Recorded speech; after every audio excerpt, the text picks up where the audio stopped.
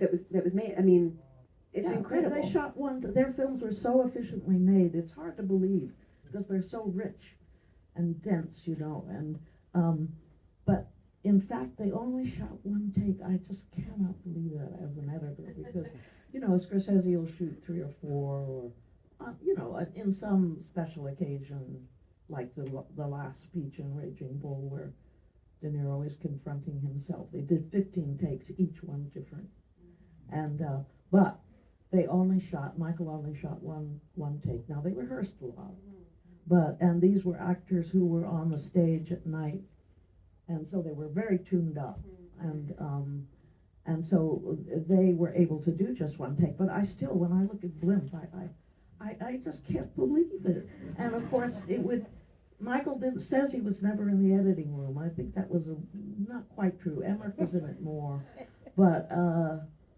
I think if you just have me as an editor, you have one take of the man and one take of the woman, it's easier to edit, it's quicker to edit, but you still have the same issues of building character, building rhythm. When there's 4 or 5 takes, and then Scorsese likes being in the editing room when these decisions are made. Michael never understood that, because it was different than his way of working. Before I get to my question, I just want to say all the films that you've been a part of have changed my life, and it's why I love movies. Well, thank you, that's wonderful. And talking about editing now, a question I have though, and I'm sorry, but I just have to ask this. With Martin Scorsese's The Wolf of Wall Street, which I just love that movie, it's all over the place, I've seen it many times, but that car sequence with Leo DiCaprio, if you don't mind me asking, what made that come together? Explain to me the scene, I'm sorry. It's where DiCaprio takes Quaaludes and tries to make it to his car, kind of thing. Yes. Yeah, that's incredible. Yeah, no, it was not influenced by anything of Michael's, but it was quite a job for Leo to do that. I think there's an enthusiastic hand way up there, but He's got his hand up for a long time. We'll do this one, but then Michael will make his way up there with the mic. So we'll do here, and then I see your hand. We'll go here first. Hello. One of my favorite things in seeing the restorations is seeing your name on them. And 2 years ago, for instance, I got to see the I Know Where I'm Going restoration. I was just wondering, what is the most interesting or creative part of working on the restorations? Like, something came to mind was in the storm sequence, I Know Where I'm Going.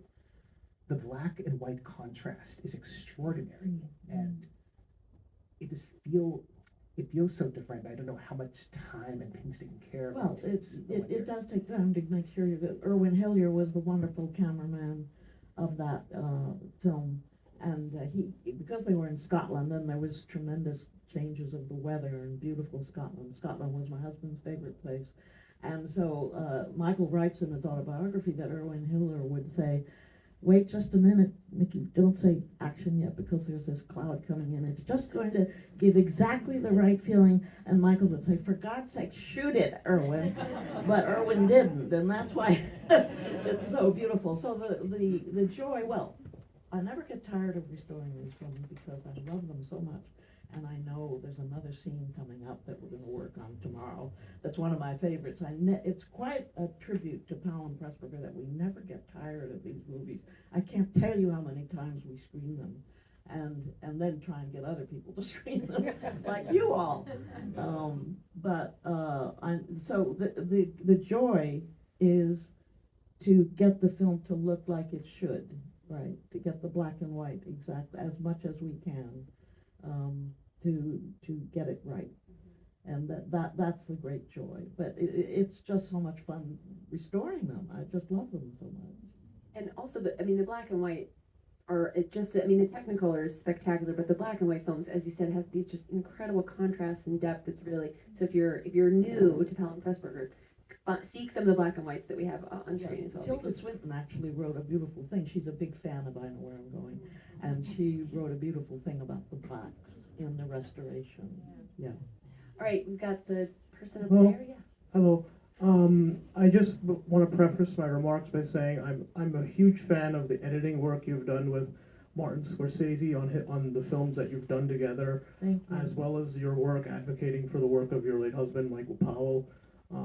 I just fell in love with all of those films, watching them as a kid, and just watching the documentaries that you and Scorsese did talking about Powell and Pressburger. Thank you so much. And for the films you've edited yourself, thank you so much. Well, thank you very They much. meant so much to me growing up, and I wanted to ask you, because we were just talking about book adaptations and Michael Powell's ideas, and he had many unused ideas.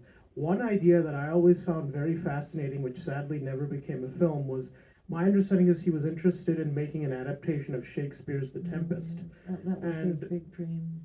Could you hear me? That was his big dream. And I was like, could you talk something about that? Because I think it would have been it was a lost opportunity to see the greatest British filmmaker, Yeah. arguably, make a He play of even the greatest rewrote a playwright. little scene of Shakespeare's. But he really wanted to make it with James Mason, with whom he had made a wonderful film in Australia.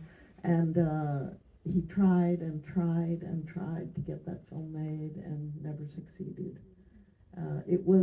That's the one he really wanted to make. But his ideas were the reason, I think, partially they separated, remained friends for the rest of their life, by the way, is because Michael became more and more extreme in his ideas of what he wanted to do. For example, he wanted to make a film with Orson Welles, written by Dylan Thomas, script by Stravinsky, and the sets by Matisse.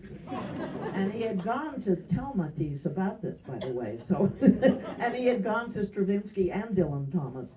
But of course, there was no way they could sell that at that point in the British film industry. It was collapsing, and nobody was willing to take a risk like that. So Michael had so many wonderful ideas. One of the wonderful ideas was called 13 Ways to Kill a Poet, and it was about poets.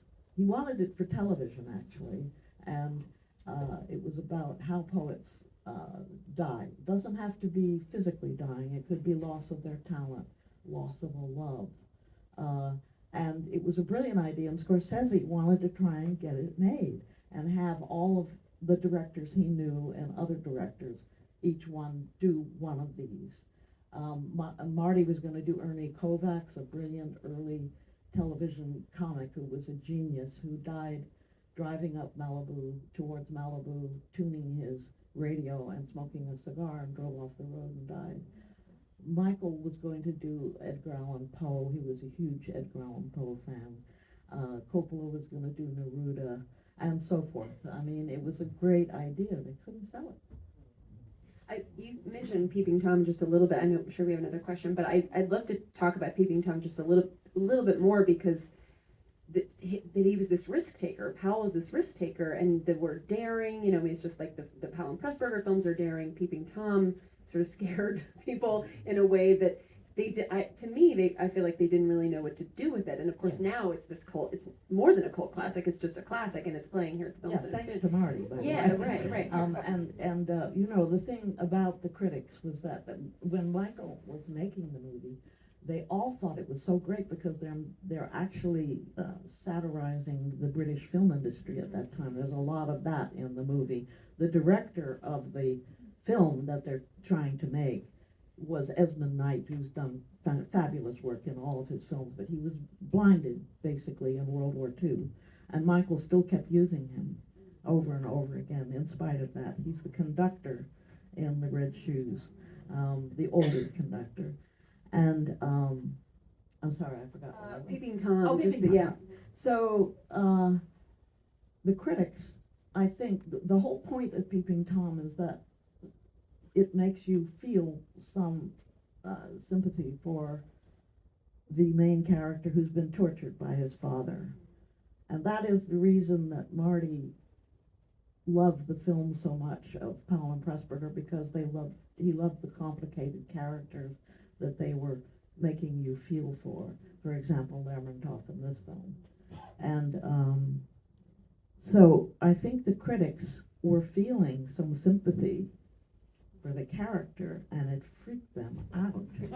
And they thought, I think maybe they thought that everyone in England would start murdering people or something. I don't know. It was very sad because Michael and Carl Berman plays Mark in the movie, dressed up in tuxedos. They thought it was going to be a great celebration, and the critics came out and walked by them and just would not even speak to them.